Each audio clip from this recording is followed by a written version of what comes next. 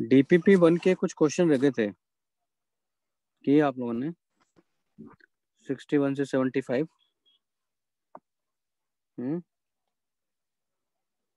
तो बता दीजिए कौन कौन से हैं।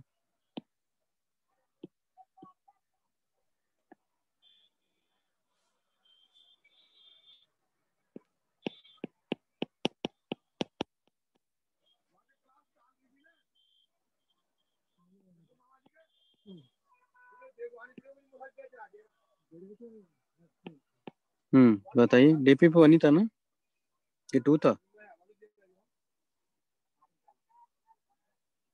1 ही था। बताइए कौन कौन से क्वेश्चन है।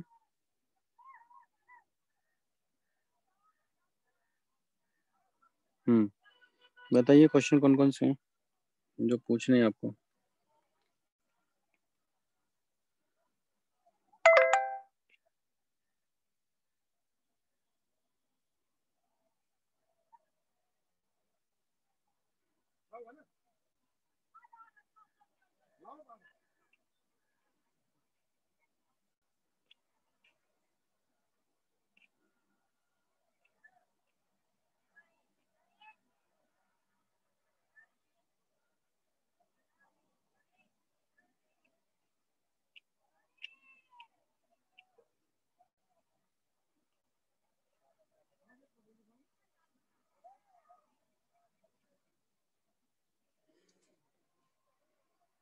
कौन कौन सा है?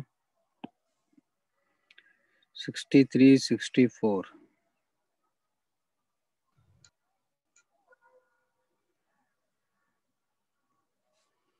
Question number 63।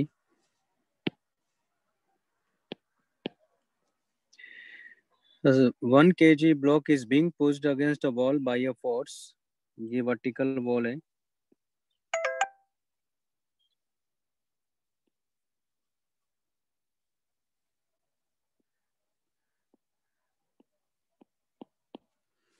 और यहाँ जो फोर्स लग रहा है वो इस डायरेक्शन में लग रहा है ऐसे। तो ये जो एंगल है ये 37 है, ये फोर्स एफ है। तो द कोफिशिएंट ऑफ फ्रिक्शन भी दिया हुआ अपने को, म्यू इक्वल टू 0.25 है। The magnitude of acceleration of the block अपने को चाहिए। तो क्या करेंगे इसमें हम लोग, एफ की वैल्यू 75 दिया हुआ है, ठीक है। तो 75 दिया तो इसका एक कंपोनेंट होगा 75 साइन 37, इधर होगा 75 कॉस 37, यानी 75 4/5। इससे कितनी बारी है 15, तो कितना हो गया 60 न्यूटन इधर हो गया। इधर 75 इंटू 3/5, 15 इंटू 3 यानी 45 न्यूटन हो गया। डाउनवर्ड इसको कितना लग रहा है 1 kg, जी की वैल्यू नहीं दिया तो 10 मान लेंगे। तो डाउनवर्ड इसको जो फोर्स लग रहा है वो 1 इंटू जी यानी कितना हो गया 10 न्यूटन। अब यहाँ देखो, पहले फ्रिक्शन की वैल्यू भी देख लेते हैं, फ्रिक्शन कितना मिलेगा अपने को, मैक्सिमम वैल्यू फ्रिक्शन की कितना मिलेगा। तो वो होता है म्यू इंटू एन। यहाँ एन क्या लग रहा होगा इसको, क्योंकि इधर तो मूव कर नहीं सकता है। इसको एन की वैल्यू कितनी है 60 के इक्वल है एन डैश की वैल्यू, ये एन डैश है। तो ये कितना दिया इसने 0.25 इंटू 60 यानी हो गया 15 न्यूटन। अब ध्यान से देखो, ऊपर कितना है 45 है ना। इसका मतलब 45 जो है 10 से ज़्यादा है, तो इसकी टेंडेंसी क्या होगी, ऊपर जाने की होगी। इसका मतलब ऊपर की तरफ नेट कितना है, फ्रिक्शन को बाद में काउंट करते हैं, तो नेट ऊपर की तरफ कितना 35 आप देखो 15 से ज़्यादा है। इसका मतलब ये हुआ कि ब्लॉक ऊपर की तरफ मूव करेगा। जब ऊपर मूव करेगा तो इसको 10 न्यूटन भी लग रहा है, साथ में इसको 15 न्यूटन भी तो लगेगा फ्रिक्शन, और ऊपर इसको कितना लगेगा 45 न्यूटन लगेगा। तो इसका मास यहाँ 1 kg है, तो इसका एक्सेलरेशन नहीं बता सकते हम लोग। तो ए इक्वल टू कितना हो जाएगा 45 माइनस 25 इक्वल टू 1 इंटू ए। तो ए इक्वल टू आ गया 20 मीटर पर सेकंड स्क्वायर। ऐसे करना था, ठीक है। 61 भी बताना है क्या, 61 भी बताना है,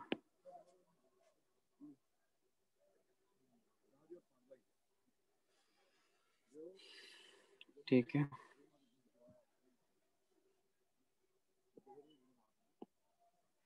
लिख लिया, नेक्स्ट पे चले।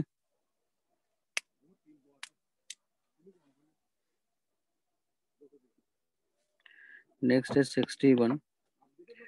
ये कह रहा है कि figure shows 5 kg ladder hanging from string that is connected, यानी ये ऐसा है,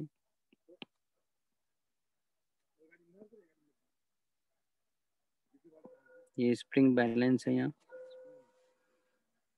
और ये लेडर यहाँ है।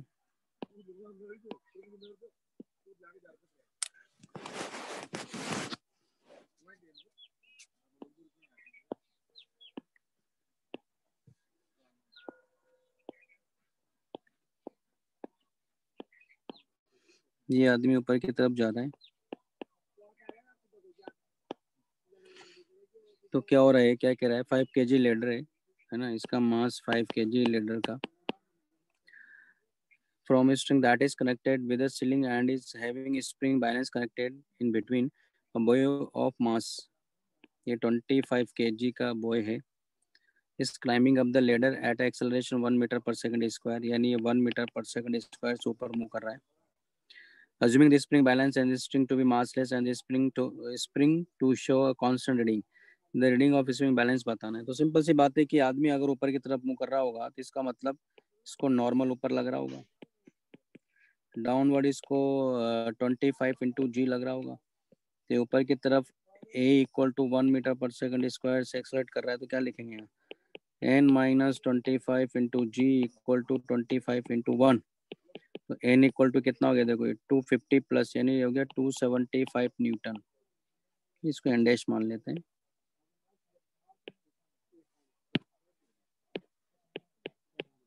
अब आप देखो कि लेडर का भी मास दिया हुआ 5 kg, और तो लेडर को नीचे की तरफ कितना लग रहा होगा यहाँ देखो, तो लेडर को नीचे n लग रहा होगा, यहाँ ऊपर इसको जो टी लग रहा होगा वही स्प्रिंग का रीडिंग आ जाएगा, और साथ में 5 × G भी तो लग रहा है, तो ये लेडर तो रेस्ट पर ही है, लेकिन तो टी = क्या हो जाएगा, n + 5G, यानी एन डैश है दरअसल।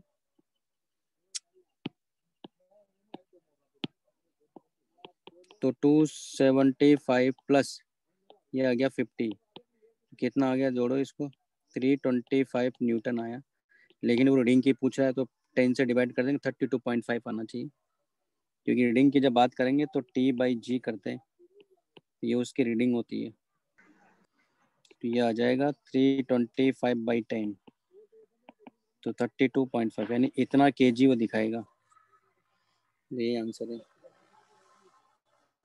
ठीक है ना। 64।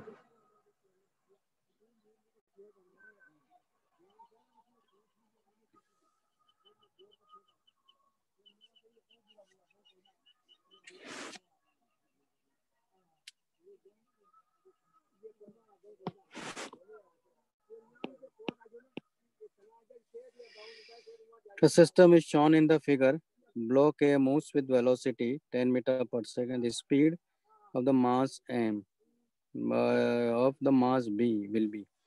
तो यहाँ क्या हो रहा है दरअसल, इसमें ये हमारे पास में ये पुली है,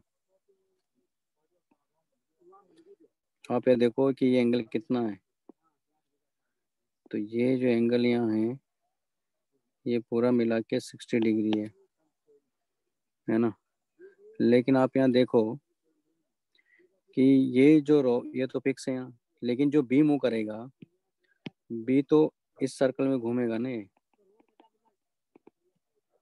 इस सर्कल के अकॉर्डिंग चलेगा, यानी इसकी वेलोसिटी तो इधर होगी ना, सारी बात समझ में। तो यहाँ क्या हो रहा है दरअसल, ये ब्लॉक है यहाँ, ये कितने से जा रहा है, 10 मीटर पर सेकंड से जा रहा है, तो हर स्ट्रिंग का हर एलिमेंट की स्पीड क्या है, 10 मीटर पर सेकंड, इसकी भी 10 मीटर पर सेकंड स्ट्रिंग का लो, इसका मतलब इसकी वेलोसिटी अगर उधर है तो ये कितना, लेकिन 90 डिग्री है, तो ये एंगल कितना हुआ, ये 150, यानी ये 30 डिग्री हो गया, इसका मतलब अगर इसकी वेलोसिटी v है तो यहाँ v cos 30 जो है ना वो 10 के इक्वल आना चाहिए, तो हमारे पास आ गया v = 20/√3 मीटर पर सेकंड, ये आंसर आना चाहिए, इसको सॉल्व कर लो। क्लियर है भाई, बात समझ में आ गई। अच्छा तो 63 हो गया, 64 हो गया, फिर हमारे पास 66, 67, 66 पे चलते हैं।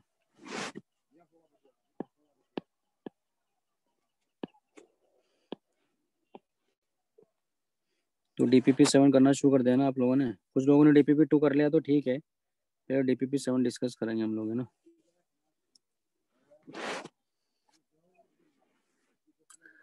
तो यहाँ क्या हो रहा है दरअसल,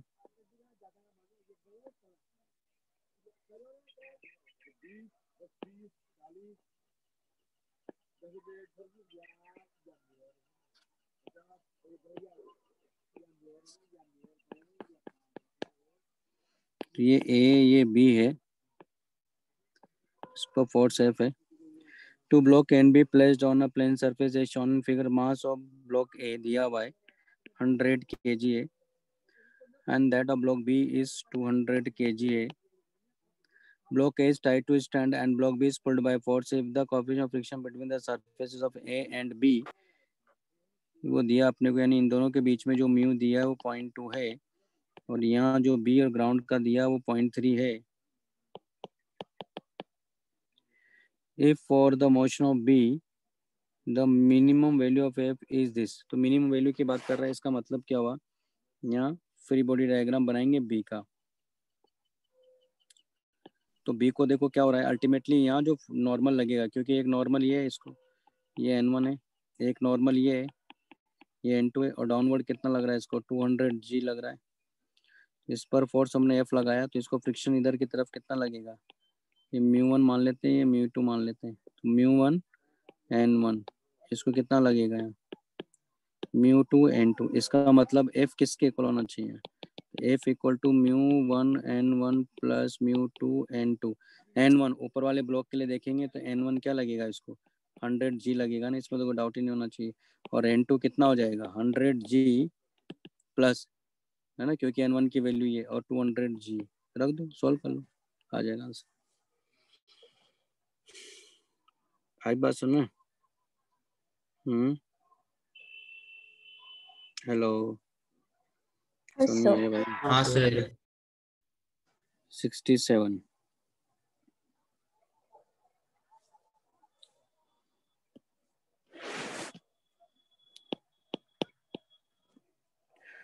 Block of mass 10 kg is released on a fixed wedge inside a cart which is moved with constant velocity towards right।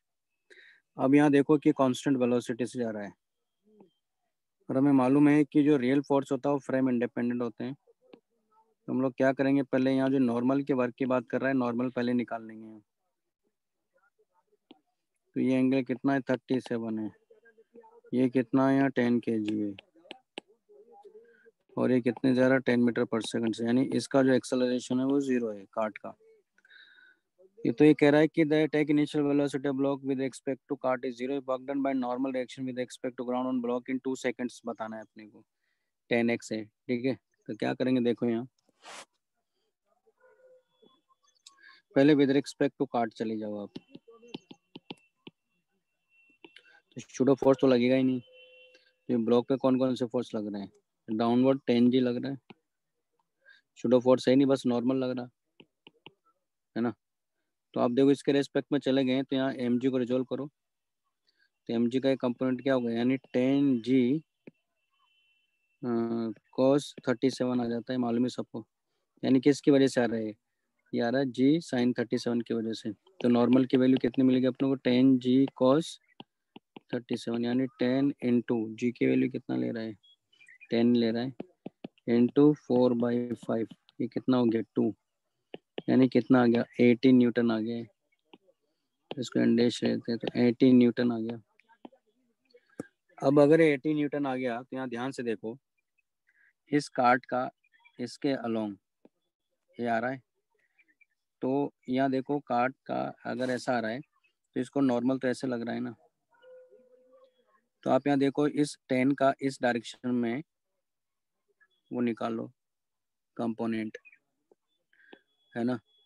तो इस डायरेक्शन में कंपोनेंट क्या होगा भाई इसका, ये 30 है, ये 60 है, ये 30 है, तो फिर ये 60 है। इस डायरेक्शन में कंपोनेंट क्या हो जाएगा, 10 cos 60 हो जाएगा।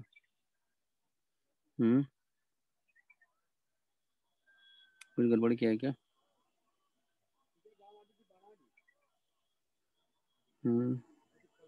अच्छा सॉरी।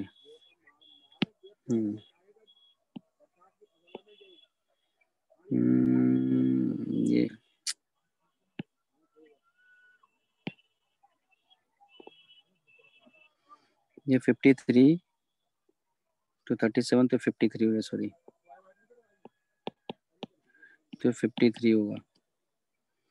ठीक है, तो आप देखो नॉर्मल के डायरेक्शन में 10 53 को t से मल्टीप्लाई करो, 10 cos 53 को t से मल्टीप्लाई करके डिस्प्लेसमेंट हो गया इंटू एन ना, तो वर्क डन बाई नॉर्मल आ गया, यानी 80 इंटू 10 इंटू 3/5 इंटू 2 कितना हो गया भाई, ये 2 कितना हो गया 4 12 12 इंटू 8 कितना हो गया 96, तो 960 जूल ये वर्क आना चाहिए। डिवाइड बाय कितना बोल रहा है, मतलब 10x बोल रहा है, यानी 10x, तो x कितना आ गया 96 आ गया।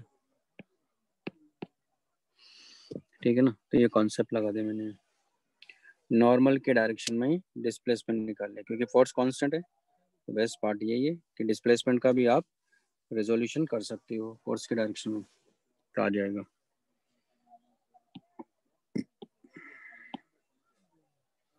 सिक्सटी सेवन हो गया, 70 71 70।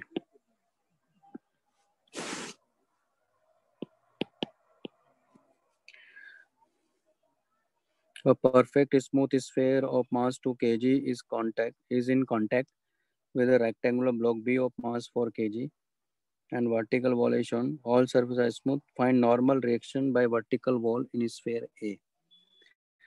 तो find normal reaction by vertical wall on sphere A बताना है। तो सिंपल सी बात है कि दोनों का मास जो है, नहीं नहीं अलग अलग मास है, तो आ जाएगा। देखो मैं डायरेक्ट फ्री बॉडी डायग्राम बना के कर रहा हूँ इसको। तो स्फीयर पे एक तो नॉर्मल इधर लग रहा है, मान लेते हैं n1 है, यही फाइंड करना है, और एक नॉर्मल इसको इधर लग रहा है ना, और एक इधर लग रहा है, तो इसको रिजोल्व कर लेते हैं। तो बेस्ट पार्ट यही है कि इसको रिजोल्व करें, 30 डिग्री दिया है ना, तो बेस्ट तो यही है कि क्योंकि ये एंगल इधर दिया, तो ये जो एंगल है ना, ये 30 डिग्री है, तो इसी को रिजोल्व कर लो ना। अच्छा डाउनवर्ड लेकिन एम जी भी है, यानी 2 इंटू जी, तो n3 और n2 को रिजोल्व करना पड़ेगा। तो अगर ये 30 डिग्री है तो ये भी 30 डिग्री है, तो 30 डिग्री है तो फिर ये भी 30 डिग्री है, तो n2 का ये कंपोनेंट क्या होगा, n2 साइन 30, और इधर क्या हो जाएगा n2 cos 30। उसी तरह n1 तो क्या रिजोल्व करने की जरूरत नहीं, n3 को रिजोल्व करेंगे, तो n3 cos 30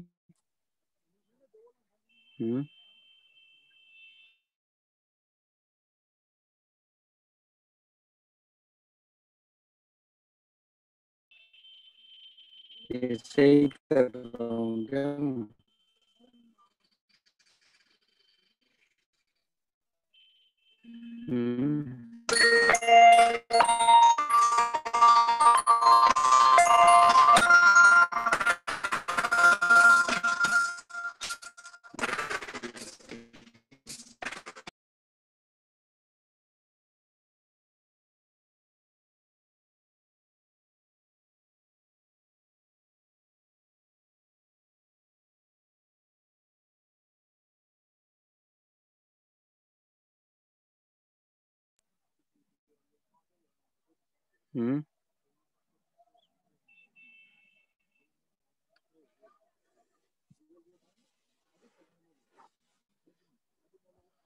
ये एंगल कितना हो गया,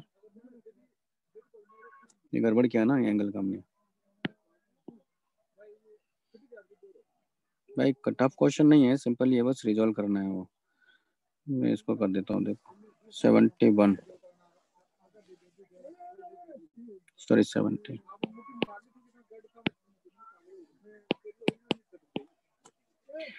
तो देखो क्या हो रहा है यहाँ, इसका फ्री बॉडी डायग्राम बनाते हैं। एक नॉर्मल इधर लग रहा है N1 और एक नॉर्मल ये लग रहा है,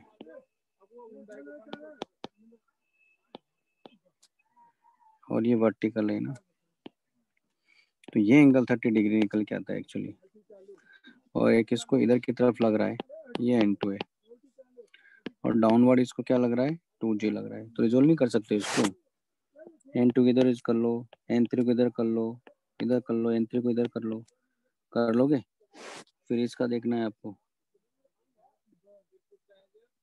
इसको किधर लग रहा है, इधर N2 लगेगा, है ना, तो N2 लगेगा। तो डाउनवर्ड देखो इसको क्या लग रहा है, 3G लग रहा है। तो क्या करो, यहाँ नॉर्मल भी इसको लगेगा, N4 मान लेते हैं। तो यहाँ इसका एक कंपोनेंट क्या होगा, 3G sin 30 ना, और एक ही होगा, तो यानी N2 किसके इक्वल आ गया यहाँ, सीधा मिल गया अपने को। कर लोगे भाई, 3G sin 30, ये N2 मिल गया मुझे। और यहाँ से N3 N2 को रिजॉल्व कर लो, वर्टिकल हॉरिजॉन्टल। ठीक है ना।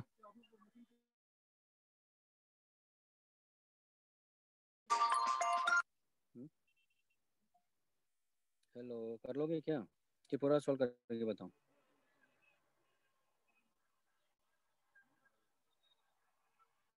हो जाएगा सर।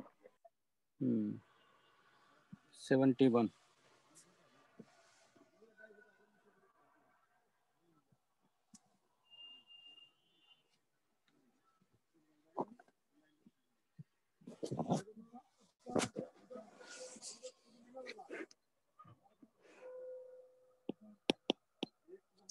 सेवेंटी वन में क्या हो रहा है देखो, यहाँ ये स्फीयर है। तुमने कॉन्सेप्ट सीखा हुआ है कि कॉमन नॉर्मल के अलोंग वेलोसिटीज और एक्सेलरेशंस के कंपोनेंट सेम होते हैं, है ना। तो यहाँ हमारे पास में ऐसा दिया, ये वेज है, ये वेज इधर की तरफ मूव कर रहा है 20 मीटर पर सेकंड से। तो यहाँ आप देख रहे हो कि ये आर है, और ये जो दिया है इसने ये R/5 है, तो ये कितना हो गया, 4R/5 हो गया। तो हम ये एंगल देख सकते हैं, मान लेते हैं एंगल थीटा है। कैसे, क्योंकि ये आर है, तुम्हारे पास हो गया 4R/5/R equal to cos theta, यानी थीटा कितना आ गया, थीटा आ गया 37। ठीक है। अब आप यहाँ देखो, ये वेज को अगर आप देखते हो तो इसको नॉर्मल किधर लग रहा है, इस स्फीयर की वजह से इधर लग रहा है, लेकिन इसकी वेलोसिटी किधर है, इधर की तरफ है ना। हम लोग क्या करेंगे, नॉर्मल के अलॉन्ग वेलोसिटी को रिजोल्व कर लेंगे। तो अगर ये एंगल कितना आ रहा है हमारे पास में, तो ये एंगल कितना आ रहा है भाई, ये 53 आ रहा है। तो यानी 20 का ये कंपोनेंट क्या हो जाएगा इधर, 20 cos 53 आ जाएगा। अब इस फिर देखो, जब ये उधर की तरफ जाएगा तो डेफिनेटली इधर वॉल है, तो इधर जा नहीं सकता, इसको जाना किधर पड़ेगा, ऊपर की तरफ। स्फीयर की वेलोसिटी मैंने मान लिया कि v है, तो v है तो कॉमन नॉर्मल के अलोंग देखना है अपने को। तो ये एंगल थीटा है, तो इसका एक कंपोनेंट क्या हो जाएगा इसके अलोंग, यानी वो हो जाएगा v cos थीटा। इसका मतलब है कि दोनों इक्वल होने चाहिए।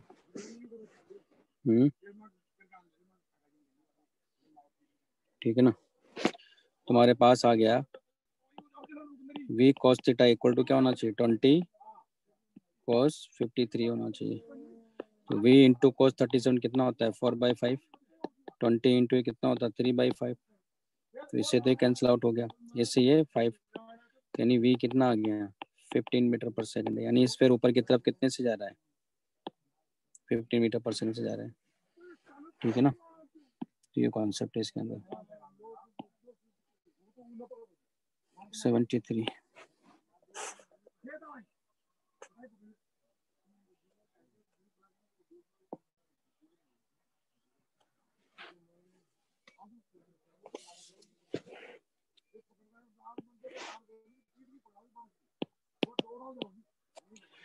The rear side of a truck is open and a box of mass, एक ट्रक अपने को ऐसा दिया हुआ है,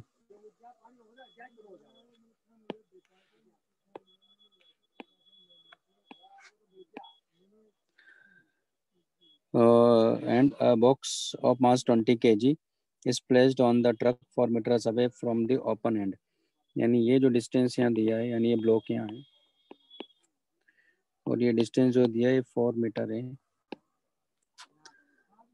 ठीक है। तो ये कह रहा है कि the truck starts from rest with acceleration, यानी इसका acceleration a equal to 2 metre per second square है राइट साइड में, स्टार्टिंग पॉइंट, अच्छा ठीक है। On a straight road the box will fall off the truck when it is at a distance from the starting point equal to, तो क्या करना है इसमें, ट्रक के रेस्पेक्ट में चले जाएंगे। तो जब आप विद रिस्पेक्ट टू ट्रक जाते हो, इसको शूडो फोर्स लगेगा ना, कितना लगेगा, इसका मास कितना है इसका नहीं दिया है, तो कोई बात नहीं, तो m इंटू ए है ना, यहाँ इसको नॉर्मल लग ही रहा है क्योंकि फ्रिक्शन भी दिया है इसने ना, तो यहाँ क्या हो जाएगा, इसको डाउनवर्ड m इंटू जी लग रहा है, यानी जो फ्रिक्शन है, काइनेटिक फ्रिक्शन की वैल्यू देख लेते हैं, तो कितना आ रहा है वो म्यू इंटू एन आ रहा है, यानी mu into M G, mu कितना है 0.15 इंटू एम इंटू 10, तो कितना आ रहा देखो, ये आ रहा है 1.5 एम, और आप देखो ये कितना आ रहा है, ये आ रहा है 2 एम, यानी 2 एम जो है 1.5 एम से ज़्यादा है, यानी ये इधर की तरफ मूव करेगा, तो इसके रेस्पेक्ट में इसका एक्सेलरेशन बी है, तो कितना लगेंगे 2 M minus 1.5 M equal to M into B, तो बी इक्वल टू कितना आ गया 0.5 मीटर पर सेकंड स्क्वायर।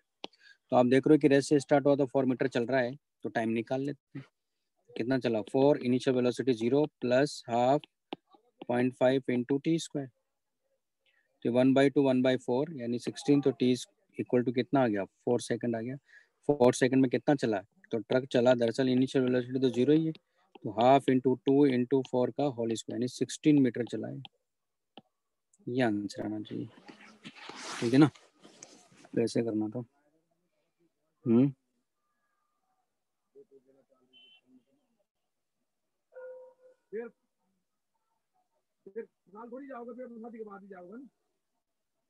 लिख ले।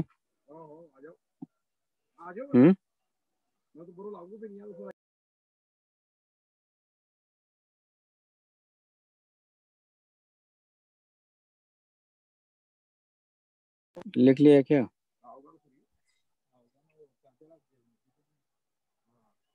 हाँ सर। हाँ सर।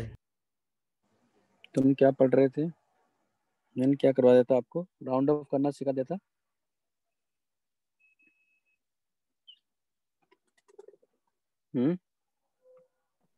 हाँ सर, मैक्सिमम परमिसिबल एरर कर रहे थे। इंस्ट्रूमेंट का दिखाया तो है ना, इंस्ट्रूमेंट में मैक्सिमम परमिसिबल एरर क्या होगी, जो लिस्ट काउंट होता है वही हो जाता है ना। हाँ सर। और अगर कुछ नहीं गिवन है तो क्या बताया था, place value of last number देखना है आपको, है ना, ये बात समझ में आ गई थी ना। हाँ सर। तो नेक्स्ट अब हमारे पास में है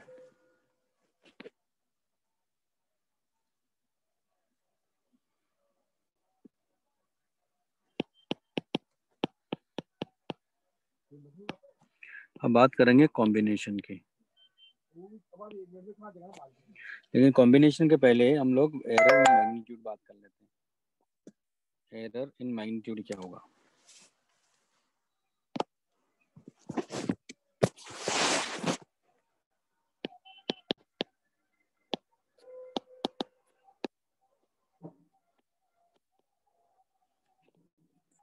मान लो जैसे हमने कोई सिलेंडर लिया मान लो, और वर्नियर कैलिपर से मान लो इसका डायमीटर हमने मेजर किया, तो डायमीटर रीडिंग आया हमारे पास में A1 A2 A3 A4 A5, ये रीडिंग मान लो हमारी डायमीटर की हमने फाइंड कर ली है। तो इसमें क्या करेंगे हम लोग, पहले मीन वैल्यू निकालेंगे, मीन वैल्यू, तो मीन वैल्यू क्या हो जाएगा इसका, AM equal to A1 plus A2 plus A3 plus A4 plus A5 divided by 5, इसको हम बोलते हैं ट्रू वैल्यू, इसको क्या समझेंगे, ट्रू वैल्यू, है ना। फिर है absolute error.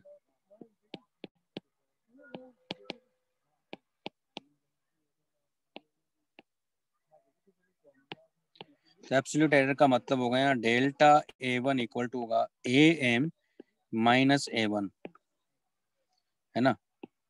Delta A2 equal to होगा mod of AM minus A2। इस तरह से चलते जाएंगे हम लोग। तो delta A5 equal to AM minus A5 का मॉड। तो ये हो गई एब्सोल्यूट एरर। हर एक रीडिंग में एब्सोल्यूट एरर या हर एक ऑब्जर्वेशन में एब्सोल्यूट एरर ये इतनी इतनी मिलेगी अपने को। ये लिख लो पहले।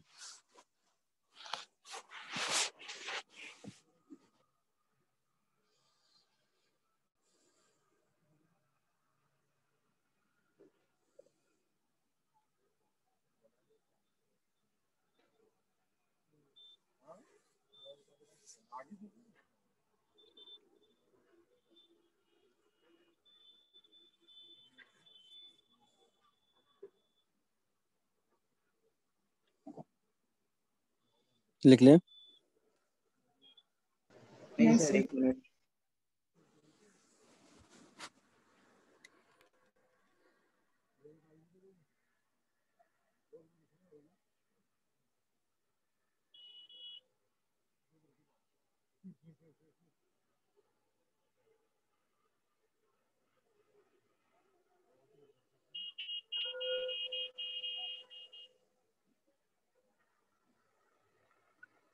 हाँ सर, हो गया। अब इसमें बात करेंगे मीन एब्सोल्यूट एरर।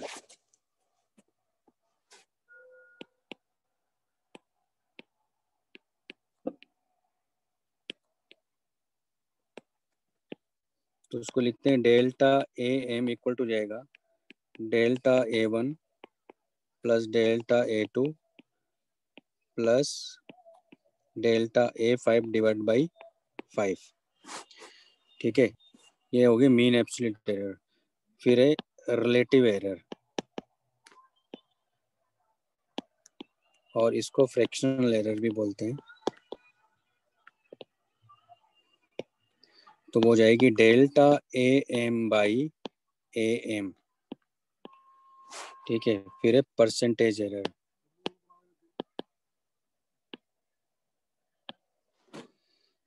तो परसेंटेज एरर में हमारे पास होगा delta AM by AM into 100। ठीक है।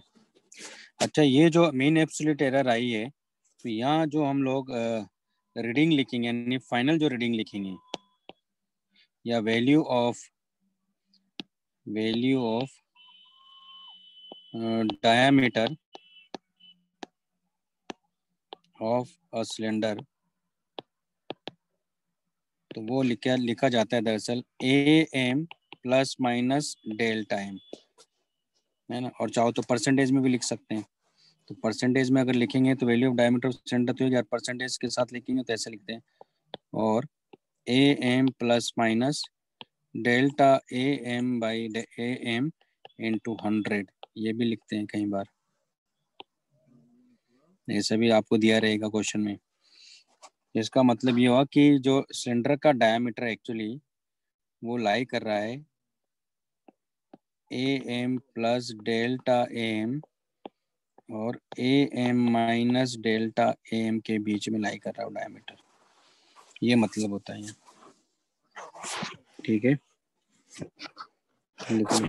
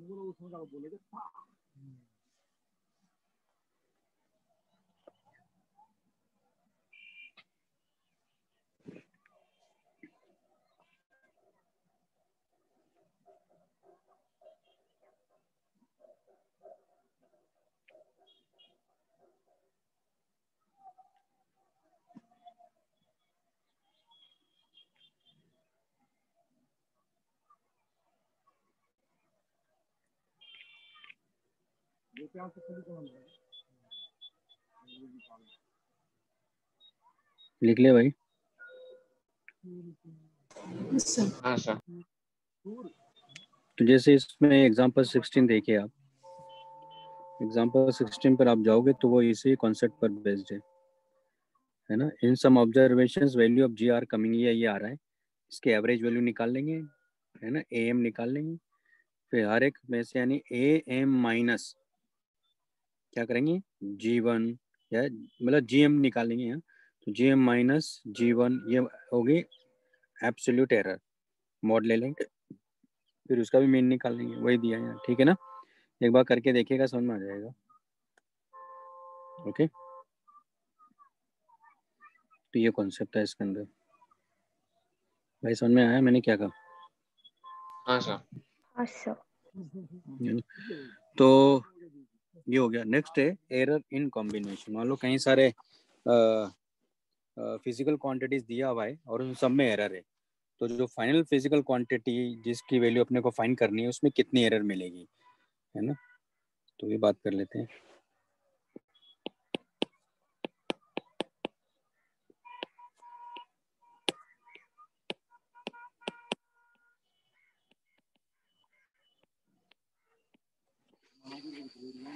तो सबसे पहले हम बात करेंगे सम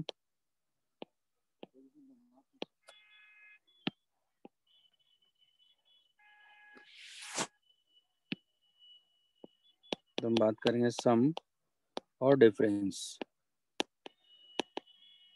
और एक बात याद आपको मालूम होगा ही कि सेम फिजिकल क्वांटिटीज को सब्ट्रैक्ट या ऐड किया जाता है ना। तो मान लो जैसे कि सेम की बात करेंगे हम लोग आगे, वैसे भी बताऊंगा मैं आपको कैसे। तो सेम ही फिजिकल क्वांटिटी है, लेकिन जब पहली बार हमने मेजर किया तो ए उसमें मिला, जो कि इसके साथ मिला A plus minus delta A, दूसरा मिला B plus minus delta B, और इनका सम करना है। मान लो जेड इक्वल टू अपने को मिल रहा है ए प्लस बी या ए माइनस बी, है ना। अब ये कैसे थोड़ा समझाता हूँ लेकिन आपको। मान लो जैसे कि ये लेंस है, मान लो कॉन्वेक्स लेंस है, और मान लो ऑब्जेक्ट यहाँ कहीं रखा है, और यहाँ ओरिजिन है मान लो, है ना। तो ये मान लो हमने ए ले लिया, है ना, ये ए ले लिया, और जो लेंस है ये मान लो बी पर है। तो आप देखो इन दोनों का डिफरेंस कितना आ रहा है, यानी बी माइनस ए आ रहा है ना। यानी ये क्या हो गया हमारे पास में, ये यू हो गया कि नहीं हो गया, है ना। ऑप्टिकल सेंटर से ऑब्जेक्ट की डिस्टेंस हुआ कि नहीं हुआ। तो आप देख रहे हो कि हमने जब पहले ए मेजर किया तो उसमें भी एरर थी, जब बी मेजर किया तो उसमें भी एरर है, इसमें ओवरऑल एरर क्या हो जाएगी, तो वो यहाँ आप चाहो तो प्लस माइनस इसमें भी ले सकते हो, ठीक है। तो यहाँ तो एरर की उसी की बात कर रहे हैं, तो कितना एरर लिखेंगे, यानी डेल्टा यू में कितनी एरर होगी। तो वैसे तो डेल्टा यू में जो एरर आती है वो डेल्टा बी प्लस डेल्टा ए आती है, यानी दोनों की एरर ऐड हो जाती है, और इसी को हम बोलते हैं मैक्सिमम परमिसिबल एरर। किसमें, यू में। ये क्या होगी, maximum permissible error in distance of object from lens. Okay, तो यहाँ क्या करेंगे, इसको इस तरह से करते हैं हम लोग, z plus minus delta z equal to a plus minus delta a plus minus b plus minus delta b, हो जाएगा z plus minus delta z। तो यहाँ से a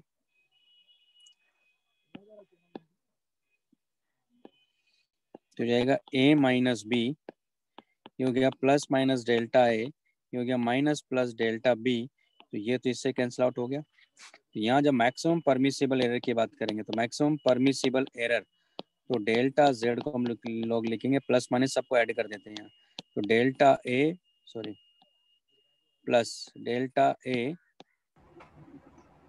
प्लस डेल्टा बी।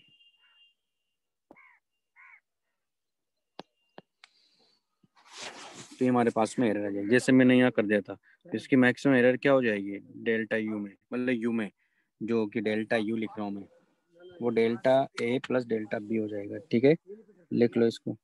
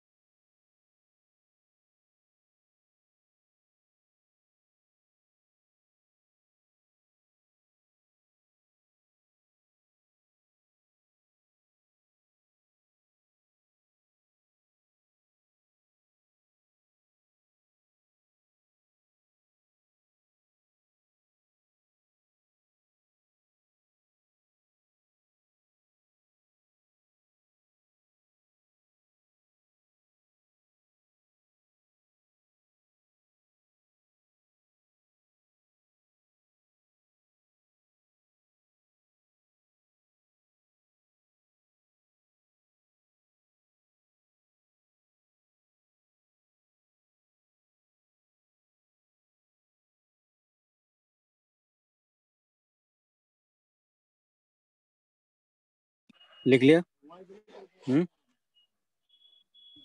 हाँ सर। नेक्स्ट हमारे पास में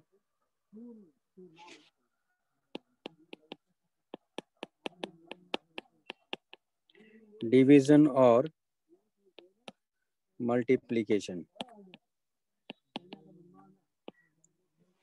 उसको हम लोग दो तरह से देख सकते हैं। मान लो मल्टीप्लाई किया हमने a इंटू बी किया, या z इक्वल टू, पहले मल्टीप्लाई वाला कर लेते हैं फिर डिवीजन वाला देखेंगे। तो z में एरर देखना है तो इसको लिखेंगे z plus minus delta z equal to a को लिखेंगे a plus minus delta a, और b को लिखेंगे b plus minus delta b। तो यहाँ से z को बाहर ले लो तो 1 plus delta z by z, यहाँ से a को बाहर लेंगे तो 1 plus minus delta a by a, यहाँ b को बाहर लेंगे तो 1 plus minus delta b by b। तो आप देख रहे हो कि a b मल्टीप्लाई कर लेंगे, ये तो सॉरी कैंसिल आउट हो जाएगा, और यहाँ इनको मल्टीप्लाई करेंगे तो ये तो मिल जाएगा 1 plus minus delta z by z, multiply करेंगे तो 1 plus minus delta b by b, फिर plus minus delta a by a, यहाँ plus minus delta a by a into delta b by b, ये स्मॉल हो जाएगा, इसको हटा देंगे तो 1 से 1 कैंसिल आउट हो गया। तो फॉर मैक्सिमम परमिसिबल एरर, तो delta z by z equal to जाएगा delta a by a plus minus plus delta b by b। ठीक है, इसका एक और तरीका है, इसका अल्टरनेट मेथड भी, ये लिख लो पहले बताता हूँ फिर।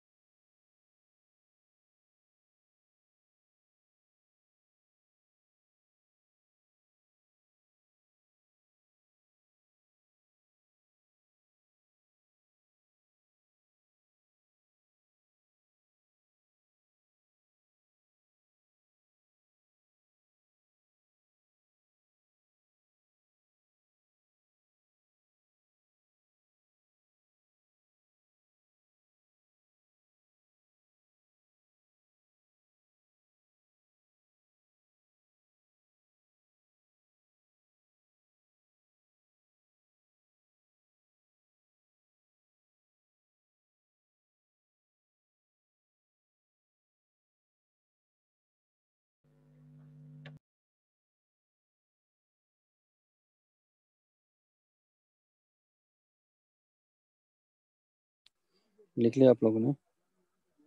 यस सर, एक मिनट। तो एक मिनट।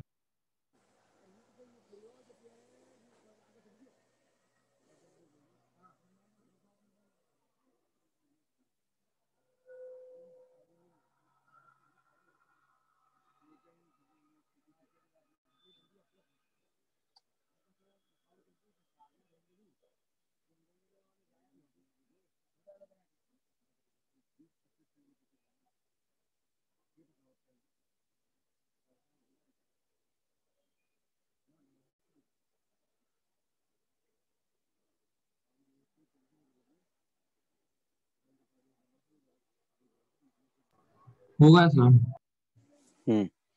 इसका देखो अल्टरनेट क्या है, z equal to A b है ना,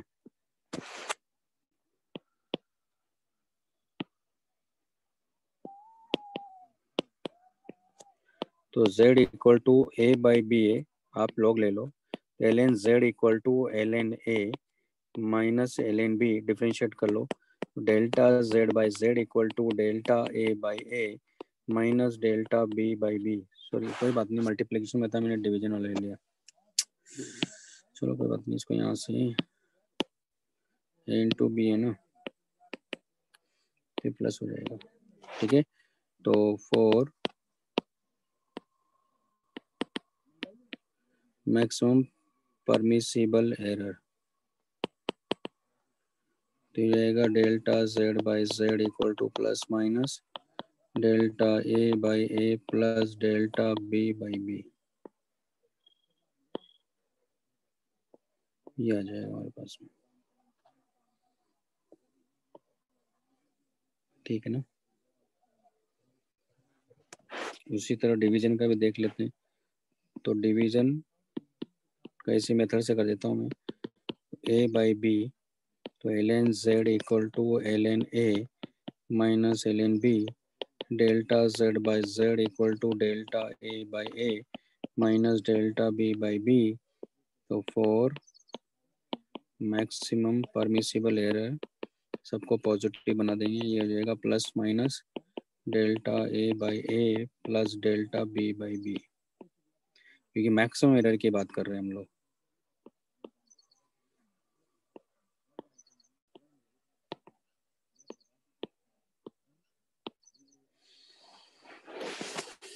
इस तरह देखते हैं।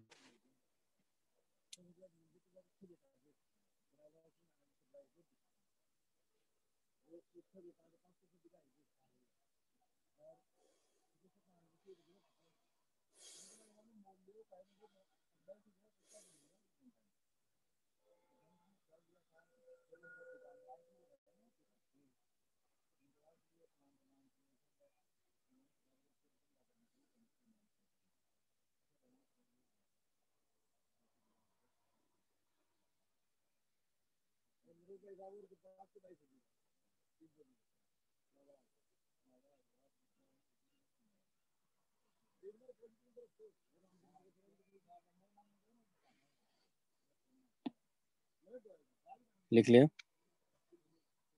हाँ सर।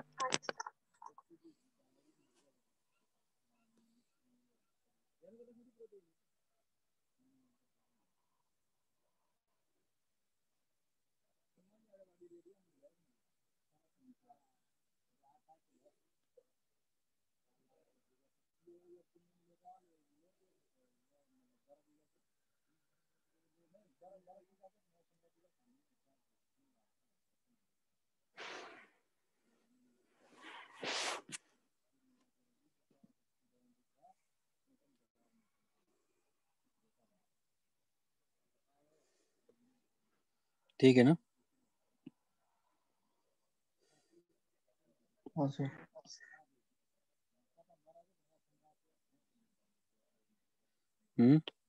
क्या कहना चाह रहे हैं? अंदर सब प्लस हो जाएगा, मैक्सिमम परमिसिबल एरर की बात कर रहे हैं हम लोग। ठीक है,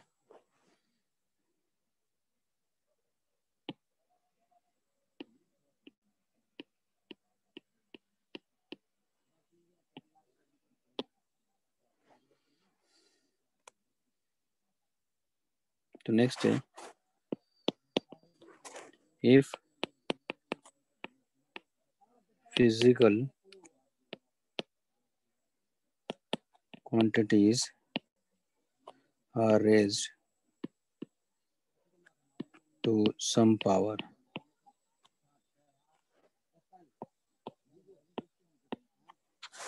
जैसे ऐसा दिया है, मान लो कि z इक्वल टू है a2 पावर n और b2 by b2 power m, इस तरह से दे दिया, या z equal to a2 power n b2 power m। क्या करो, लॉग ले लो आप, तो ln z इक्वल टू हो जाएगा n ln a minus m ln b, तो delta z by z equal to n delta a by a minus m delta b by b, तो for maximum permissible error delta z by z equal to ये हो जाएगा plus minus n delta a by a plus m delta b by b, ये error होगा। उसी तरह इसका देख लेंगे,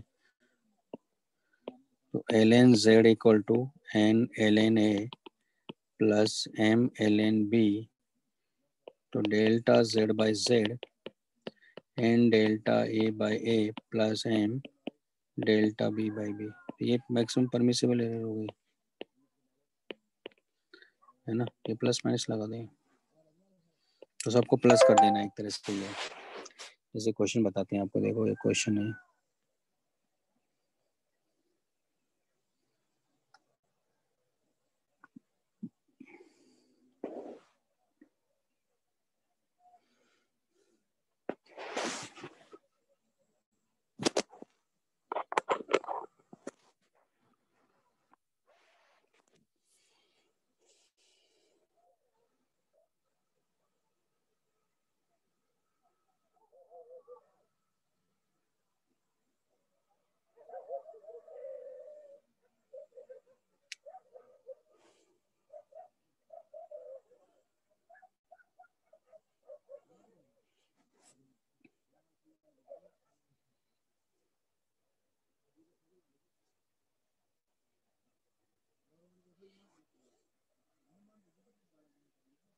लिख ले। हाँ सर।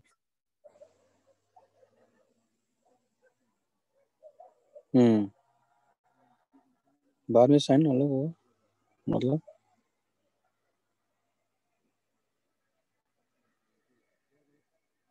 बाहर का साइन अलग का होगा, मतलब समझा नहीं मैं।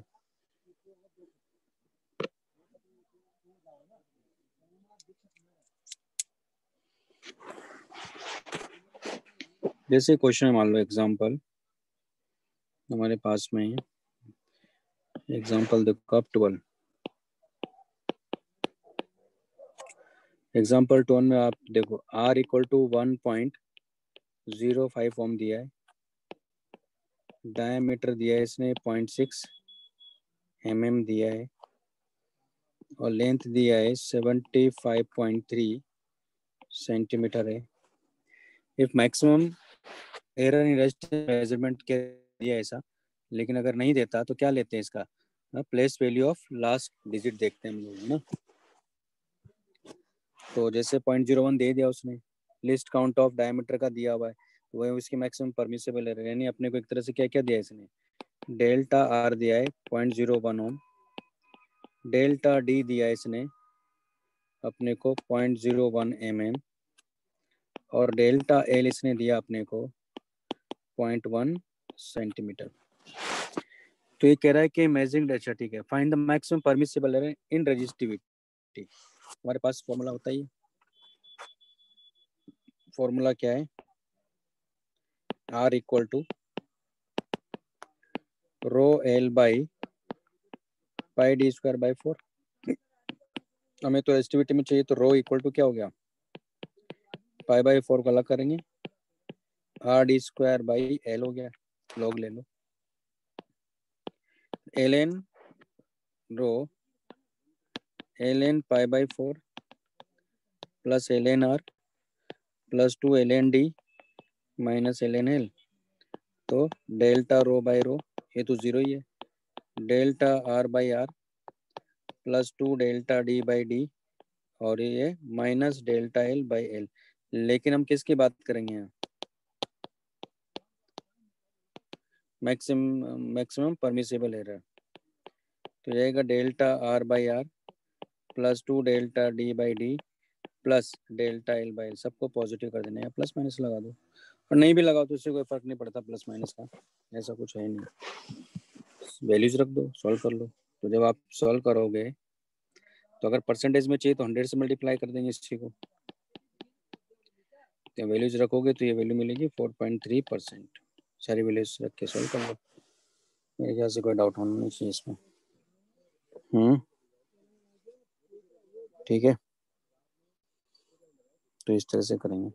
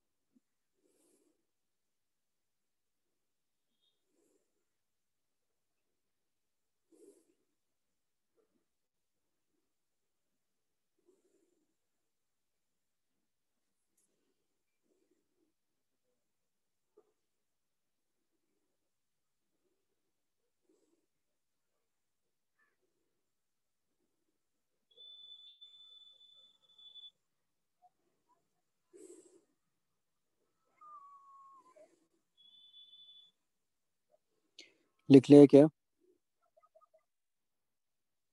हाँ सर।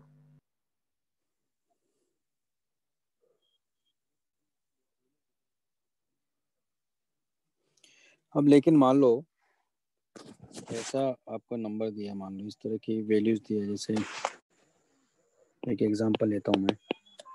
मान लो अपने को दिया है z इक्वल टू, या ऐसा करता हूँ z क्या x ले लेता हूँ इसको, a प्लस बी दिया मान लो, और y इक्वल टू आपको दिया है C D divide by A plus B, है ना। अब इसमें मान लो सी में भी एरर है, ए में भी एरर है, बी में भी है, डी में भी, सब में एरर है। इसमें 4 फिजिकल क्वांटिटीज है ना, इसमें 2 ही है। तो ये वाला जो केस है पहले वाला x equal to A B by A plus B, ये तो जनरली अपने को कहाँ मिलता है? इक्विवेलेंट रेजिस्टेंस जब निकालते हैं पैरेलल में, जब रेजिस्टेंसेस होते हैं तो, है ना, तो वहाँ मिलता है। ऐसा कोई केस होता नहीं, लेकिन ऐसा दे दिया मान लो उसने y वाला। तो क्या करना होता है, जो बेसिक कॉन्सेप्ट है ना हमारे पास में, उसको यूज करना होता है।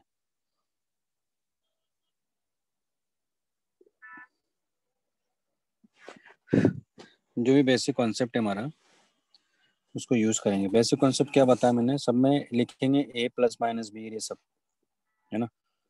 तो यहाँ जैसे इसको क्या लिख सकते हैं, 1 बाई एक्स इक्वल टू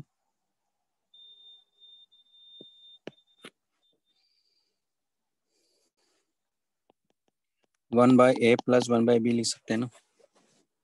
तो यहाँ लिखेंगे हम लोग x plus minus delta X equal to 1 by A plus minus delta A plus 1 by B plus minus delta B. यहाँ से क्या करेंगे, x को बाहर ले लेंगे, क्या मिलेगा, 1 plus minus delta X by x. यहाँ से भी a को बाहर ले लेंगे, तो 1 plus minus delta A by A plus 1 by B, 1 plus minus delta B by B.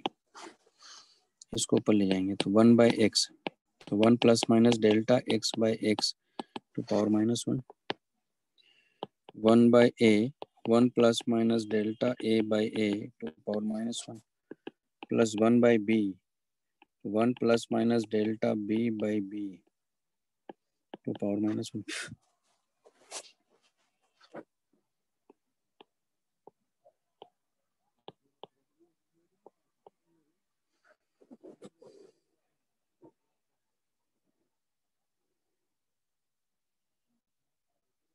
लिख लीजिए इसको।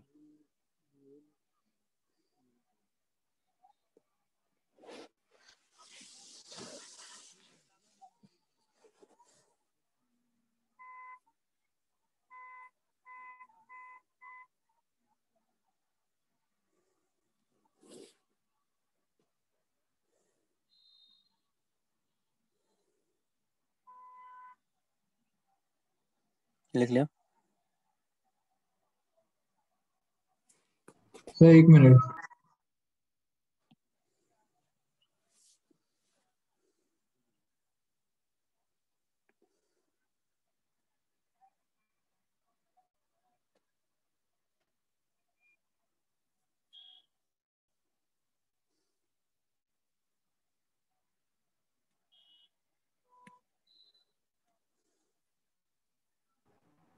हो गया सर।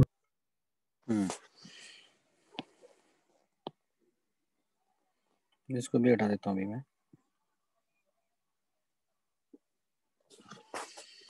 तो इसमें क्या हो रहा है दरअसल, देखो, क्योंकि ये 1 से छोटा है, ये वाला पार्ट भी 1 से छोटा है, 1 से छोटा है, दरअसल लिख सकते हैं 1/x तो हो जाएगा माइनस प्लस या प्लस माइनस, कोई फर्क नहीं पड़ता उससे।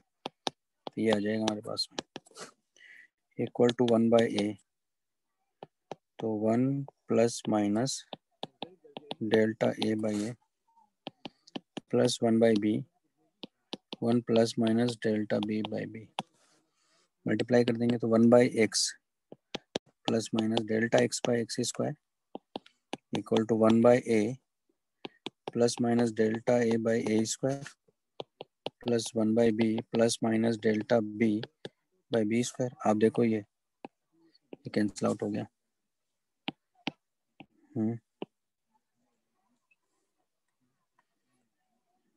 तो यहाँ फाइनल आंसर आ गया हमारे पास में, यानी delta x/x² maximum equal to जाएगा plus minus delta a/a² plus delta b/b²। आप इसको ऐसे भी कर सकते थे,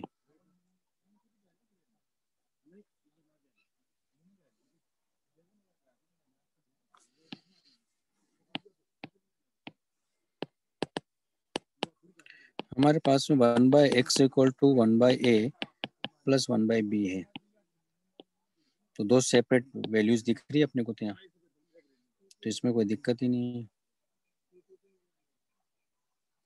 तो इसको डिफरेंशिएट कर सकते हो, तो क्या मिलेगा, minus dx/x² equal to minus da/a² minus db/b², यानी dx/x² मैक्सिमम परमिसिबल एरर, तो plus minus delta a/a² plus delta b/b²।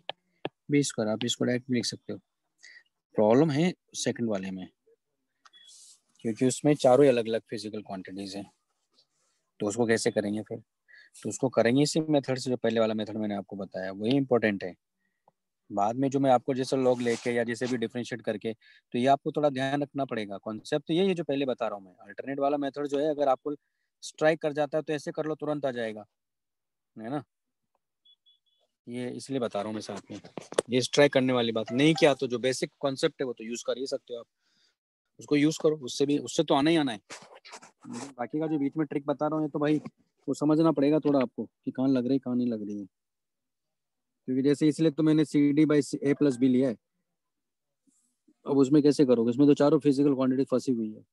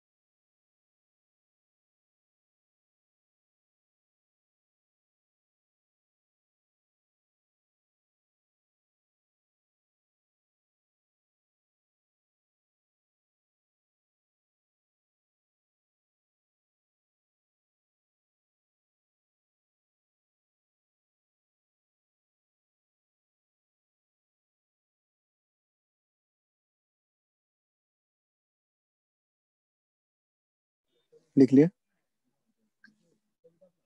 हाँ सर। है ना? चलो देखो उसको भी करते हैं।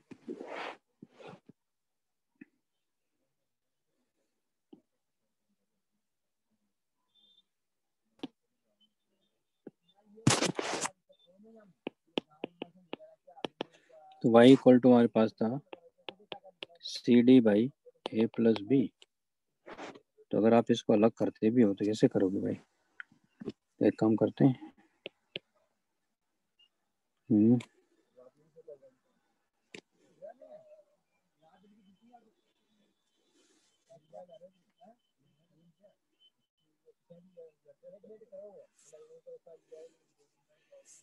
क्या कैसे एक काम करते हैं, इसको क्या लिखेंगे हम लोग?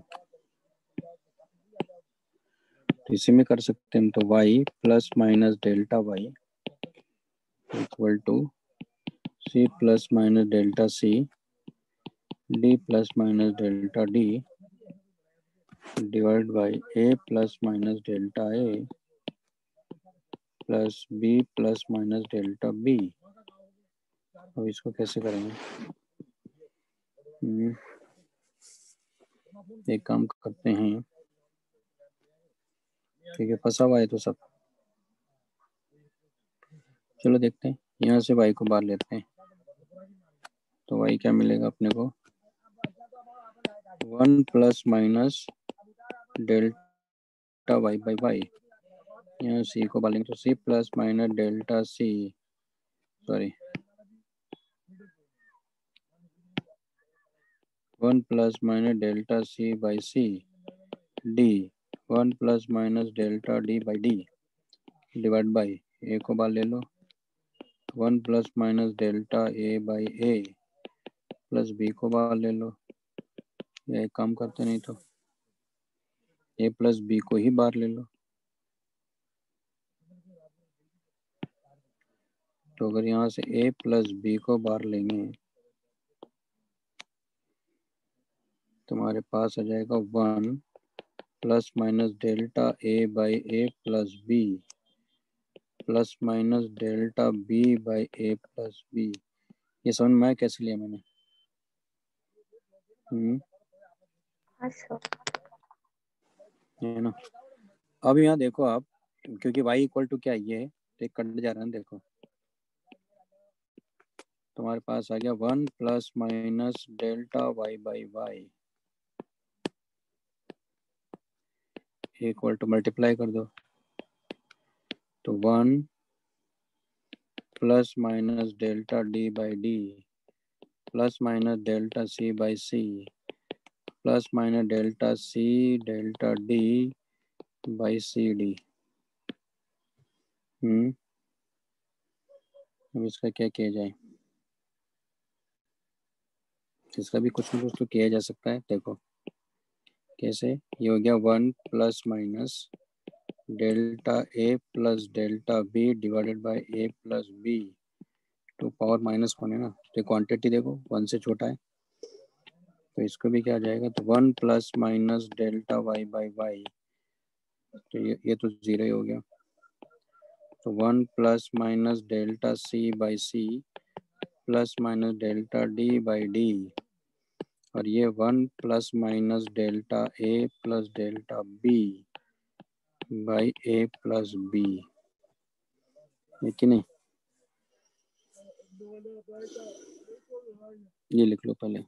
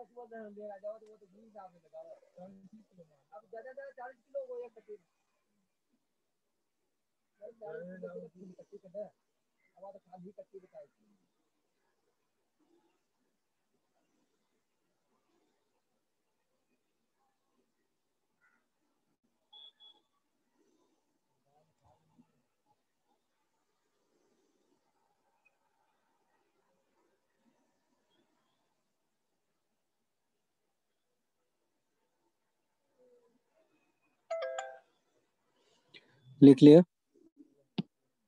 Sir 1 minute.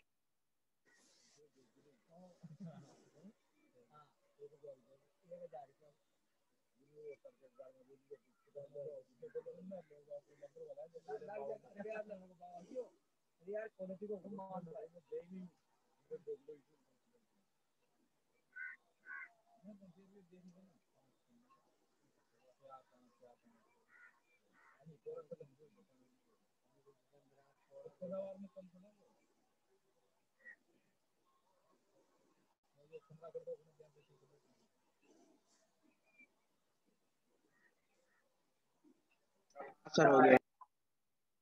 अब यहाँ देखो, मल्टीप्लाई करो इसको, तो क्या होगा 1 plus minus delta Y by Y, या 1 से मल्टीप्लाई करो। और देखो इसको इससे मल्टीप्लाई करेंगे तो देखो 0 हो जाएगा, इसको इससे करेंगे वो भी 0 हो जाएगा, यानी अल्टीमेटली हमारे पास आ जाएगा तो 1 plus minus delta A plus delta B by A plus b, और plus minus delta C by C plus minus delta D by D.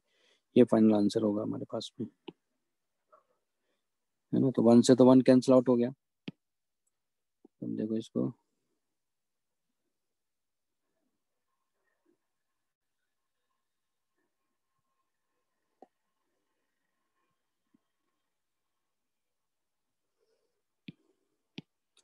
तो अल्टीमेटली कितना आ गया देखो, delta Y by Y equal to आ गया डेल्टा सी बाई सी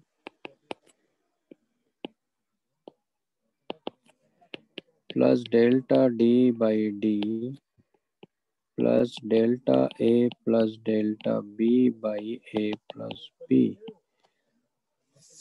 ठीक है, देखो उससे अलग आ रहा है, समझ में आई बात, लेकिन यही करेक्ट आंसर भी है। अलग भी आ रहा है तो क्या हुआ, है ना। दोनों को बेसिक से किया था हम लोगों ने, तो इसमें ये आंसर आ रहा है, उसमें वो आंसर आ रहा है। अब इसका अल्टरनेट में बता देता हूँ, अगर ऐसा कोई क्वेश्चन आता है तो इतना करने की जरूरत नहीं होगी फिर आपको। आप ये कर दो, इस केस में इस तरह का कोई केस बनता है तो आप ये कर सकते हो।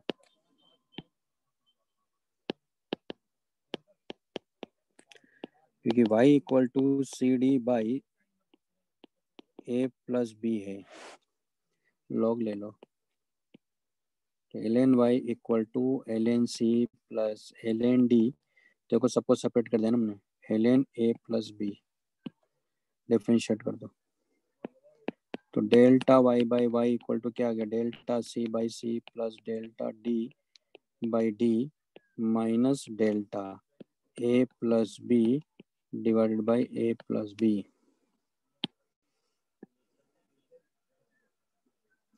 तो ये थोड़ा आपको ध्यान रखना पड़ेगा अगर ऐसा कुछ आता है तो, है ना। दोनों में डिफरेंस बता दिया मैंने आपको।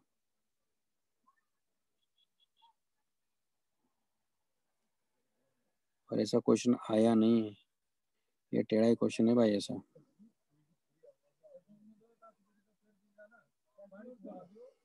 तो delta Y by y maximum, तो plus minus delta C by C plus delta D by D plus ये हो जाएगा delta A plus delta B by A plus B. ये आंसर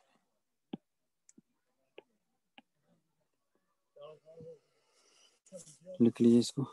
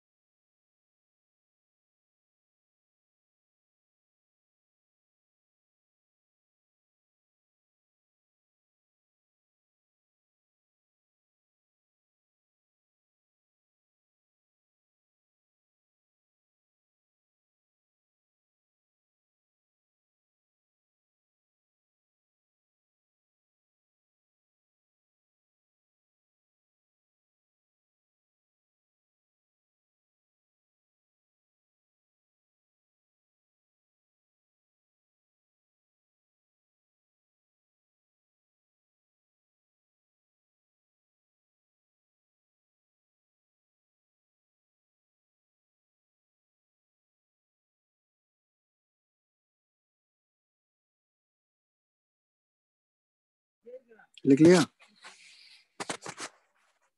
हाँ सर। So, है ना? तो ये वाला पार्ट आपका हो गया है, ठीक है।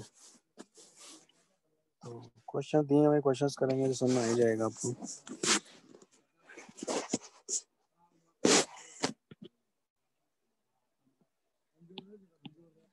नेक्स्ट इसमें वो भी बताता हूँ, मैं वर्नियर कैलिपर्स वाला भी समझा देता हूँ, उसके कॉन्सेप्ट को समझना है। दरअसल वर्नियर कैलिपर्स का जो कॉन्सेप्ट है पूरी तरह से यूनिटरी मेथड पर बेस्ड है वो, तो वो आता ही है, बचपन से पढ़ते आ रहे हैं हम लोग, है ना।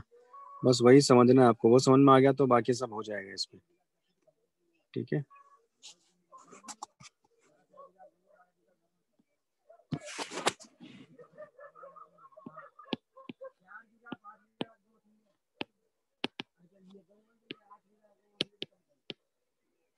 तो पहले जो आपका स्कूल में बताया जाता है उसी से ले रहा हूँ मैं, क्योंकि मेन कॉन्सेप्ट वहीं से स्टार्ट होता है। तो इसमें क्या होता है, एक वर्नियर स्केल होता है और एक मेन स्केल होता है, ठीक है। जो वर्नियर स्केल होता है वो मूवेबल स्केल होता है, वो मूव कर सकता है ना। तो स्टैंडर्ड वर्नियर कैलिपर की मैं बात कर रहा हूँ पहले।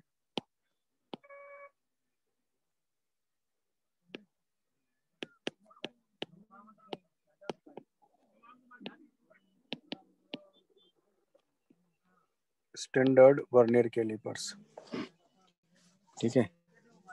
तो इसमें क्या होता है, इसमें हम लोग क्या करते हैं कि 9 डिवीजन होते हैं मेन स्केल के और 10 डिवीजन होते हैं किसके, वर्नियर स्केल के। इनको कॉन्सेप्ट कराते हैं, देखो कैसे। पहले समझ लेते हैं कि कैसा होता है सिस्टम, कि ये ऐसा होता है दरअसल।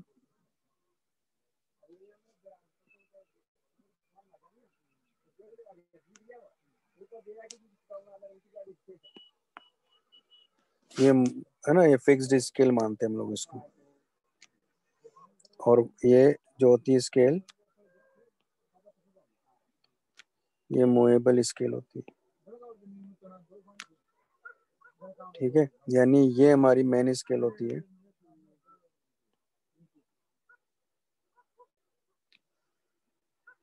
इसका ये 0 ऐसा होता है, तो 1 2 3 4 5 6 7 8 9 10 11 जो भी है इस तरह से चलते जाते हैं। तो ये हमारे पास में मेन स्केल है, और ये जो होता है ये वर्नियर स्केल कहा जाता है। तो इसमें क्या होता है, डिवीजन यहाँ बने रहते हैं, जैसे 0 होता है, फिर 1, फिर 2, फिर 3, फिर 4, फिर 5, फिर 6, फिर 7, फिर 8, फिर 9, फिर 10, ऐसे होता है। 0 से लेकर 10 तक होता है ये वर्नियर स्केल, जो कि मूवेबल है, ठीक है ना। तो हम बात कर रहे हैं स्टैंडर्ड वर्नियर कैलिपर्स के बारे में। तो मतलब ये हुआ यहाँ कि मेन स्केल को मैं ऐसा ले रहा हूँ,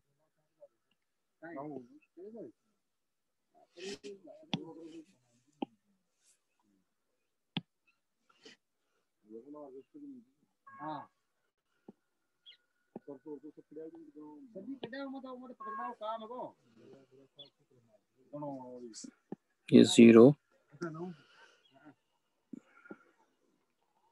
ये 1, ये 2, ये 3,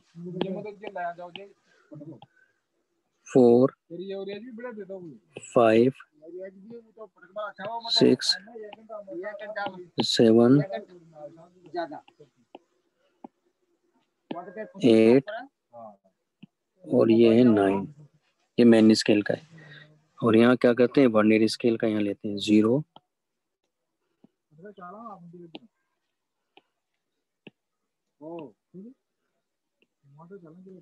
और ये 10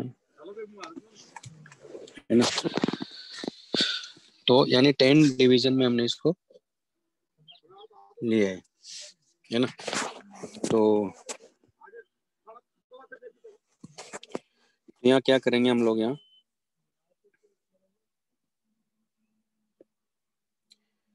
10 vernier scale division equal to 9 main scale division. हम जो स्केल यहाँ लेते हैं दरअसल सेंटीमीटर मतलब एमएम स्केल होती है। कौन सी स्केल होती है? एमएम स्केल है जो मेन स्केल है। तो यानी आप देख रहे हो कि 1 वर्नियर स्केल डिवीजन कितना आ रहा है? 0.9 मेन स्केल डिवीजन। और मेन स्केल डिवीजन कितने का है? 1 mm का है।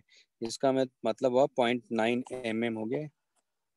यानी 1 वर्नियर स्केल डिवीजन जो है 0.9 mm हो गया। तो अब देखो इसमें क्या होगा।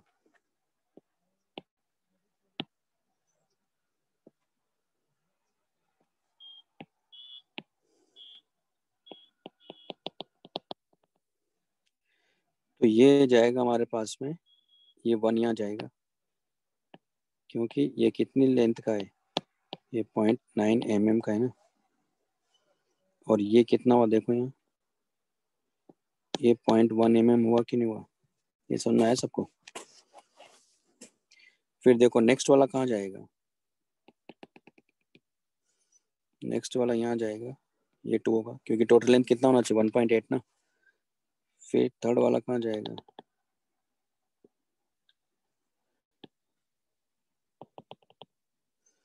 फोर्थ वाला कहाँ जाएगा? फिफ्थ वाला कहाँ जाएगा? सिक्स वाला कहाँ जाएगा? क्योंकि 6 इंटू 0.9 करो कितना जाएगा? 6 इंटू 0.9 मतलब कितना? 5.4 हो गया ना।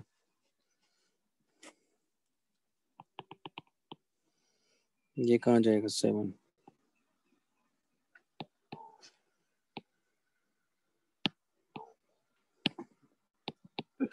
और 8 वाला कहाँ जाएगा इसका डिवीजन? यहाँ जाएगा। और 9 वाला कहाँ जाएगा इसका डिवीजन? 9 यहाँ जाएगा। तो ये तो 0.9 इंटू 9 करो कितना हो गया? 8.1। 8.1 तो फिर ये डिफरेंस कितना आ रहा है यहाँ का? 0.9 का है लास्ट वाला भी। ये समझ में आया पहले तो? हाँ सर। लिख लो इसको पहले।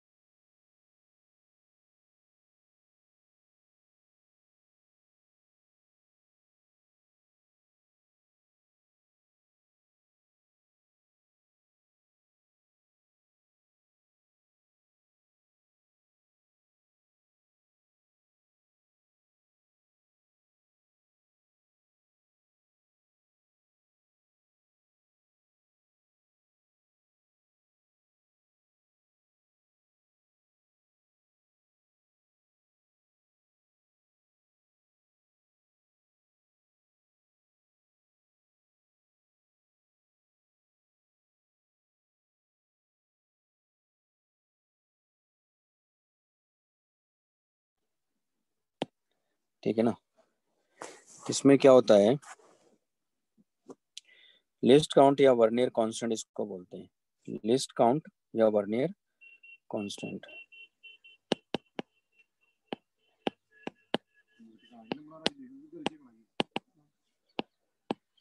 Vernier constant. ओके, तो आप देख रहे हो कि 1 mm माइनस पॉइंट, यानी हम लोग मिनिमम कितना मेजर कर सकते हैं, इसका मतलब 0.1 mm। जैसे mm स्केल में 1 mm मेजर कर सकते हैं, इसमें 0.1 mm तक मेजर कर सकते हो आप, क्योंकि आपने अल्टीमेटली किया क्या इसमें, दरअसल 1 mm को ही हमने 10 पार्ट में डिवाइड किया हुआ है। ये बात समझ आई आपको, इसमें 1 mm को 10 पार्ट में डिवाइड किया हुआ है, तभी तो 0.1 mm मेजर कर पा रहे हैं। ठीक है, और आपने देखा होगा, देखो यहाँ अगर ये 0 जो है इसका, यानी जो वर्नियर स्केल है, क्योंकि ये मेन स्केल है, और ये क्या हमारे पास में, ये वर्नियर स्केल है। तो आप यहाँ देखो कि अगर इसके 0 को मैं लेफ्ट राइट में अगर शिफ्ट करता हूँ, मैं कहता हूँ 1 mm कॉन्साइड कर रहा है। सॉरी, हम बोलते हैं ना कि 1 डिवीजन कॉन्साइड, मान लो 1 या 2 या 3 वर्नियर कैलिपर का कोई भी डिवीजन अगर मेन स्केल से कॉन्साइड करता है, तो उसको हम मल्टीप्लाई कर लेते हैं लिस्ट काउंट से। क्यों करते हैं, देखो यहाँ से, क्योंकि डिफरेंस देखो ना आप, 1 को अगर ये 0 इधर शिफ्ट होता है, तो 1 कॉन्साइड करने का मतलब क्या हुआ, कितना चला इसका मतलब 0.1 ही तो चला। तो हम लोग क्या लिखेंगे, 0.1 इंटू 1, तो 0.1 mm ही तो रीडिंग आ गई। मान लो 2 कॉन्साइड कर रहा है, तो क्या लिखेंगे, देखो ये 2 ही तो है, ये कितना है मालूम है आपको, ये 0.2 mm ही तो है। ये कितना है, ये 0.3 mm ही तो है। ये कितना है, ये 0.4 mm ही तो है। ये कितना है, ये 0.5 mm ही तो है। ये कितना है, 0.6 mm ही तो है। और ये कितना है, ये 0.7 mm ही तो है। ये कितना है, ये 0.8 mm ही तो है। और ये कितना है, ये 0.9 mm ही तो है। आगे बात सुनो। तो यहाँ रीडिंग कैसे लिखते हैं हम लोग,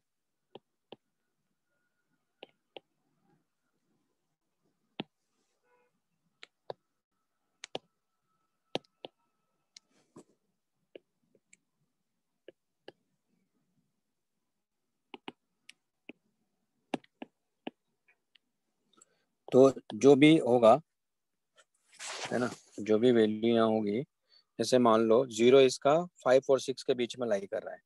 एक एग्जांपल ले रहा हूँ मैं, किसके बीच में लाई कर रहा है, 5 और 6 के बीच में,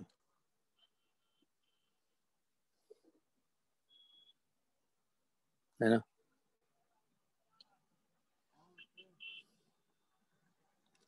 तो इसमें रीडिंग कैसे लिखेंगे, ये लिखेंगे मेन स्केल रीडिंग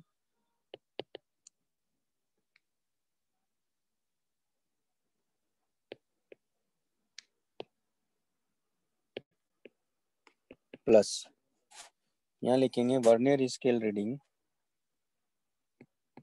मतलब कौन सा डिवीजन कॉन्साइड कर रहा है, तो vernier scale division, vernier scale reading into list count. तो लिस्ट काउंट क्या हमारे पास में 0.1 इस केस में, तो ये रीडिंग ये लिखी जाएगी। लेकिन कभी कभी क्या होता है, एरर आ जाती है, 0 एरर। अब 0 एरर क्या है उसके बारे में बात कर लेते हैं, फिर आएंगे इस वाले पॉइंट पर। ये तो बेसिक कॉन्सेप्ट हो गया इसका, और इस ऐसा ही कॉन्सेप्ट पर काम करता है स्क्रू गेज में, सेम कॉन्सेप्ट पर बेस्ड है। ओके, लिख लो इसको।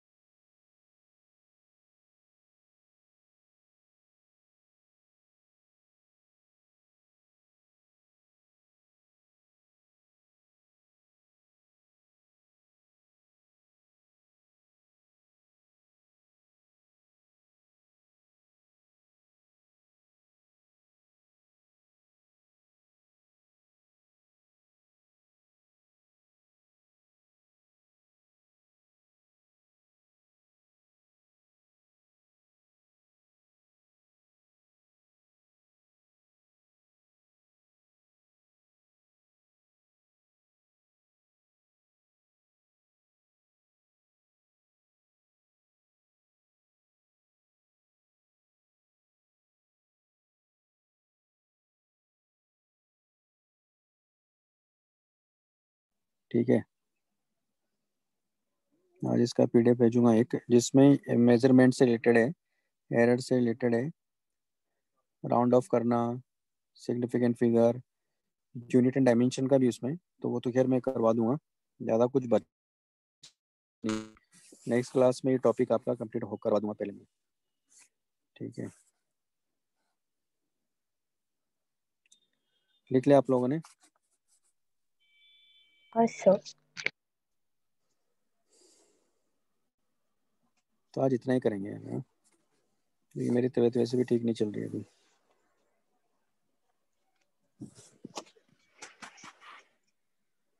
इसके बाद अब मैं आपको इलेक्ट्रोमैग्नेटिक वेव्स पढ़ा दूंगा, हाँ?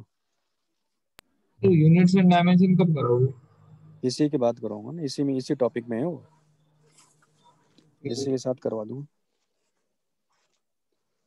नेक्स्ट क्लास में हो जाएगा सब है, यूनिट एंड डायमेंशन और स्क्रू गेज, क्योंकि स्क्रू गेज भी इसी कॉन्सेप्ट पे काम करता है ना। क्वेश्चन, एक दो क्वेश्चन करवा दूंगा तो उससे आइडिया लग जाएगा आपको कैसे करते हैं। तो एक्सपेरिमेंट वाला भी इसमें आता है क्या? हाँ, वो इससे में आएगा, तो कोई बात नहीं हो, तो हमने अलग अलग टॉपिक में ऐसे क्वेश्चंस मिले थे ना मेरे वाले, तो कोई दिक्कत नहीं उसमें, क्या हो तो कर ही लेंगे, फॉर्मूला याद होगा तो हम कर ही लेंगे, उसमें क्या है। सेमी कंडक्टर ही पढ़ना है। क्लॉकवाइज पॉजिटिव होता है पीवी डायग्राम में, पीवी के बीच में जब ग्राफ बनाओगे, एंटी क्लॉकवाइज नेगेटिव होता है। सेमी कंडक्टर ही पढ़ना है, सेमी कंडक्टर ही पढ़ा देंगे, उसमें कौन सी बड़ी बात है।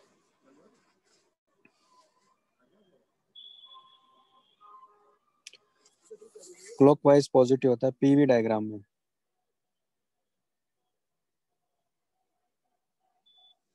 रीडिंग ऑफ वर्नियर मतलब 7। जैसे क्वेश्चन देखो ना आप, ये क्वेश्चन करवाता हूँ,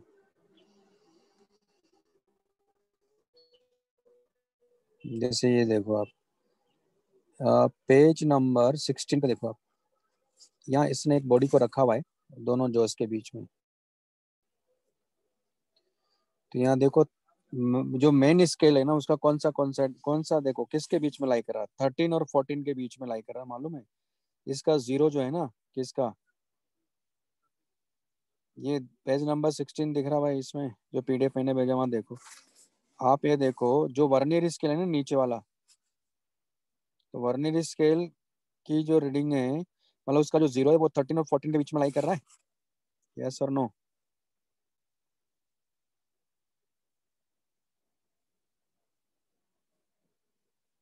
अरे कुछ तो बोलोगे आप लोग। हाँ अब सर। यहाँ देखो, इसका मतलब 13 तो होगी मेन स्केल रीडिंग प्लस।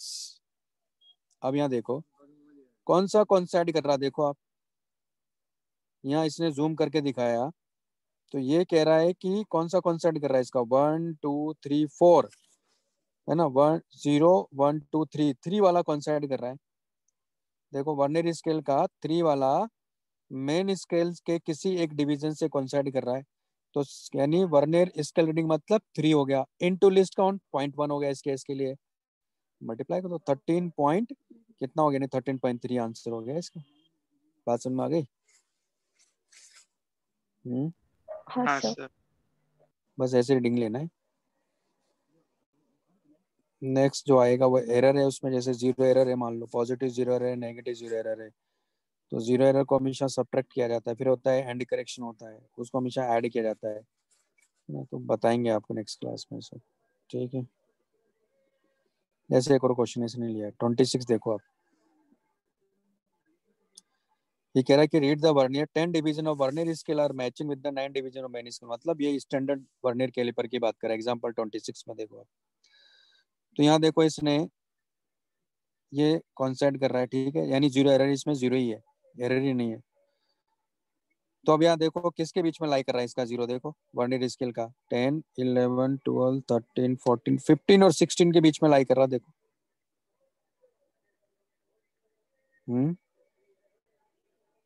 हाँ सर। है ना, 15 तो, यानी 15 तो एक आंसर वो हो गया, 15 प्लस क्या करोगे भाई इसमें, 15 प्लस। अब इसमें देखो कौन सा ऐड करवा रहा है वर्नियर का, तो 0 1 2 3 4 5 6 कॉन्साइड कर रहा है, तो 6 इंटू 0.1 करोगे तो आंसर क्या हो गया? 15.6 हो गया ना। नहीं समझ में आया? हाँ सर समझा। तो ये कॉन्सेप्ट है सर। प्रॉब्लम इसमें नहीं है, प्रॉब्लम आती है जब जीरो एरर आता है, तो उसमें कैसे नेगेटिव पॉजिटिव करना। बाकी तो बड़ा सिंपल क्वेश्चन आता है, बहुत आसान क्वेश्चन होते हैं। मतलब मान के चलो कि ये लड्डू क्वेश्चन दिए जाते हैं बच्चों को, खाओ बेटा बैठ के, हो अगर समझ में आ गया तो, नहीं समझ में आया तो फिर तो वो टेढ़ा क्वेश्चन बन जाता है, लेकिन बहुत आसान क्वेश्चन होता है। आरबीडी का क्वेश्चन करो, इससे बढ़िया कि ये कर लो भाई। क्वेश्चन तो आना ही है, एरर से एक एरर यूनिट डायमेंशन से क्वेश्चन आने आने, इवन मेंस में भी एडवांस में भी।